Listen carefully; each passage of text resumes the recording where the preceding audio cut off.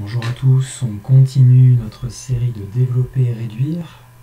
Toujours on est parti depuis 0, le plus simple en fait, dans cette série de développer et réduire, en commençant par la partie A et B, savoir apprendre à simplifier les écritures. Ensuite, on a vu la simple distributivité avec des degrés 1 pour x, c'est-à-dire on n'a pas de carré ni de cube à traiter. Et ici, nous avons entamé en EF la simple distributivité,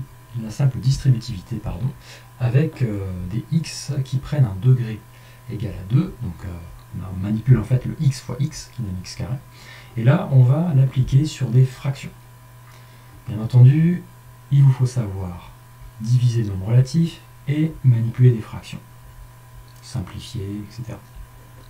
Pour que ce soit plus simple. Bien entendu, mettez sur pause, essayez au regard de tout ce que vous avez fait des niveaux précédents, dans les niveaux précédents, de vous valider, voir si vous arrivez à appliquer ce qu'on a vu précédemment pour l'appliquer ici et voir où vous en êtes. C'est parti. Donc ici, on réapplique nos principes finalement de développement avec x sur 3 ici qui est en facteur de toute cette partie-là, x plus 1,5. Donc, nous n'avons pas d'autre solution que de développer dans un premier temps x sur 3 avec x. Qu'est-ce que ça va donner? Ça va donner x sur 3 multiplié par x. Vous avez toujours une étape intermédiaire avec le plus qui va séparer finalement deux calculs. Et ce deuxième calcul, ça va être x sur 3 fois 1,5.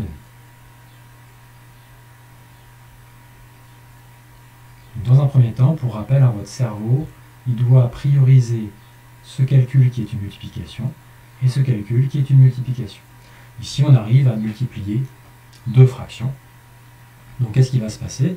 X, on va lui redonner son dénominateur. Et on va tirer un seul trait de fraction avec au numérateur x fois x et au dénominateur 3 fois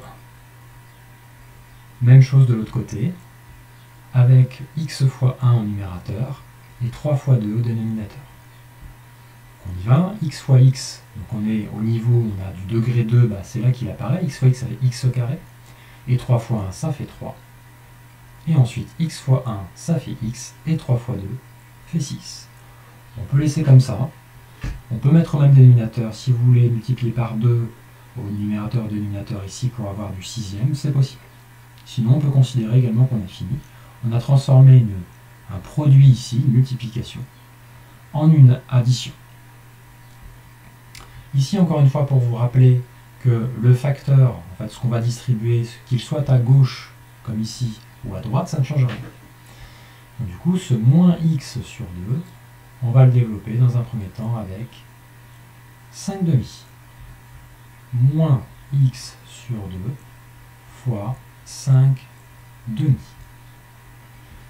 On a une étape intermédiaire toujours avec notre moins qui va séparer le premier du deuxième calcul. Le deuxième calcul, ça va être de prendre ce facteur moins x sur 2, de multiplier par 2x sur 3. Donc ce sera moins x sur 2 qu'on va multiplier par 2x sur 3. Attention, il y a moins l'un à côté de l'autre. On va mettre une parenthèse, vous pouvez la mettre jusqu'au bout de ce terme. Encore une fois, votre cerveau doit faire la différence entre ce qu'on aura à faire ici, en priorité puisqu'on a fois, et ce qu'on aura à faire ici, en priorité parce qu'on a, encore une fois, fois. Donc le moins qui est entre les deux n'est pas prioritaire. On continue. Donc du coup, deux calculs indépendants se révèlent. On sait qu'on doit mettre un trait de fraction et qu'on va recopier multiplier les numérateurs ensemble et les dénominateurs ensemble. Alors ici on a une petite question existentielle, mais ce moins on en fait quoi? Alors écoutez, comme le moins il est déjà au niveau, vous voyez, du trait de fraction, on peut le laisser devant. Puisqu'un moins au niveau d'un trait de fraction veut dire que le calcul au niveau du signe, en fait, il est déterminé. Il n'y a pas besoin, en fait, de le replacer au numérateur ou au dénominateur pour l'utiliser. Ça, je vous renvoie au calcul fractionnaire, avec les nombres relatifs, si vous avez la moindre question par rapport à ça. Et du coup, on peut se contenter de faire x fois 5 au numérateur et 2 fois 2 au dénominateur. Autre calcul, la deuxième case jaune. Pareil, on a un moins qui est devant, vous pouvez le laisser devant puisqu'en fait il a été présenté au niveau du trait de fraction, on peut le laisser devant. Au numérateur, on va voir x fois 2x, et au dénominateur, on aura 2 fois 3. Attention, il y a moins et moins, donc on va mettre une belle parenthèse. Vous voyez ce que je vous disais tout à l'heure là? Finalement, pourquoi j'ai mis des parenthèses en grand comme ça? Parce qu'en fait, je considère qu'on n'a qu'un terme ici. En fait, on a une série de nombres et de lettres à qui on attribue en fait un signe. On le voit bien ici, on voit bien que toutes ces nombres et ces lettres ont été regroupées au sein d'une même fraction, et cette fraction possède un signe. Ça, c'est la définition d'un terme. Donc on est une lettre avec son signe, un nombre avec son signe, une fraction avec son signe. Tout ça définit le fait qu'on a un seul terme. Voilà pourquoi j'ai mis une parenthèse en grand. Cette parenthèse couvrait tout ce terme. Donc nous aurons x fois 5, c'est 5x au numérateur, 2 fois 2, on aura 4. De l'autre côté, on aura moins facteur 2, moins quoi? X fois 2x. Alors, on va peut-être prendre le temps de voir qu'on a 2 au numérateur et 2 au dénominateur. Nous avons des multiplications. On a le droit de les simplifier. Il ne restera donc que x fois x, x carré. Et, alors, c'est pas rien fois 3. Hein, quand on élimine tout, 2 sur 2, ça fait 1 en réalité. Il reste 1 fois 3 au dénominateur. Il reste 3. Nous reste à résoudre cette histoire de parenthèse ici. Donc, est-ce qu'on a vu un moins devant une parenthèse? Finalement, dans cette situation-là, on a le moins devant la parenthèse. Alors, tout ce qui est en jaune ici va s'en aller. La question est de savoir, est-ce que je recopie ce terme-là tel quel, ou est-ce que je lui change son signe? Quand vous avez un moins devant une parenthèse, on va lui changer son signe. Donc, il nous reste quoi? Je continue là-haut. Moins 5x sur 4.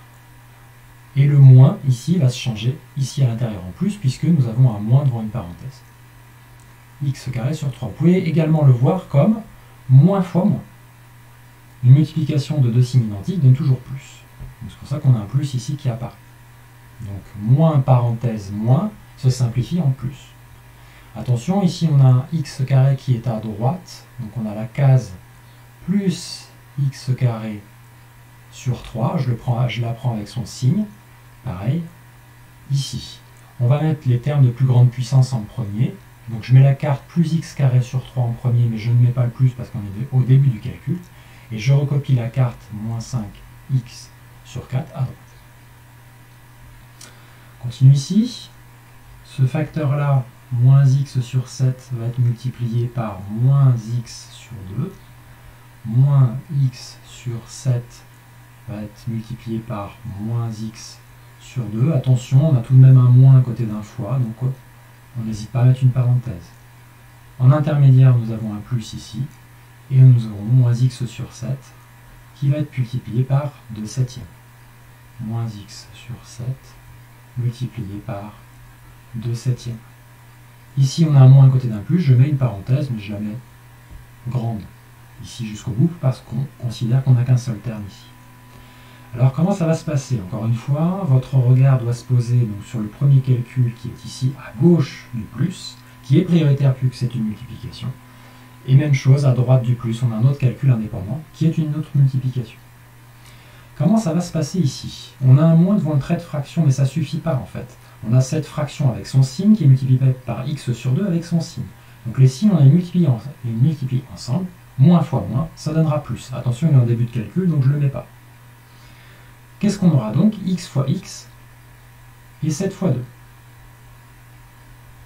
À droite, on a un moins devant le trait de fraction, mais on a un moins qui est juste devant x sur 7.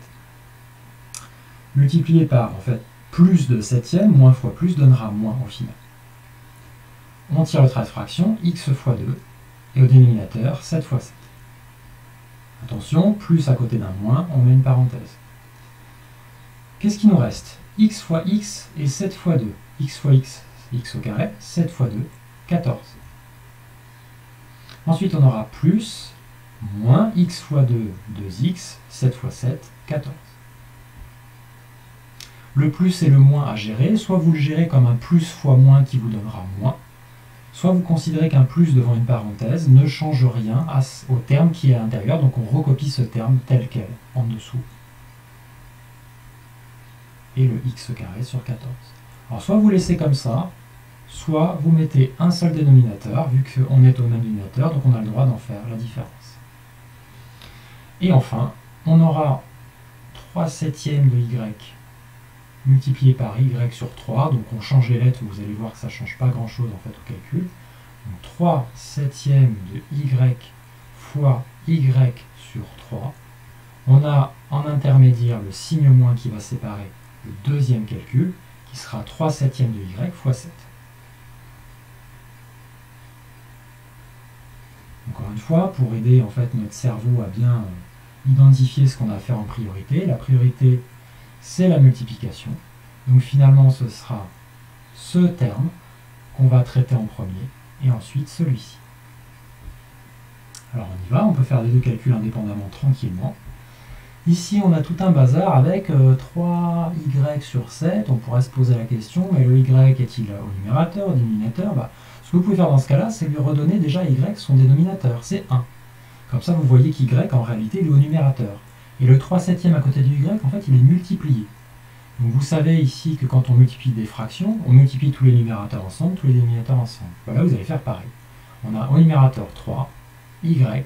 Et au dénominateur, on a 7 fois 1 fois 3. Ensuite, à côté, pareil, à y, on peut lui redonner son dénominateur, qui est 1, et à 7 aussi, on peut lui donner son dénominateur.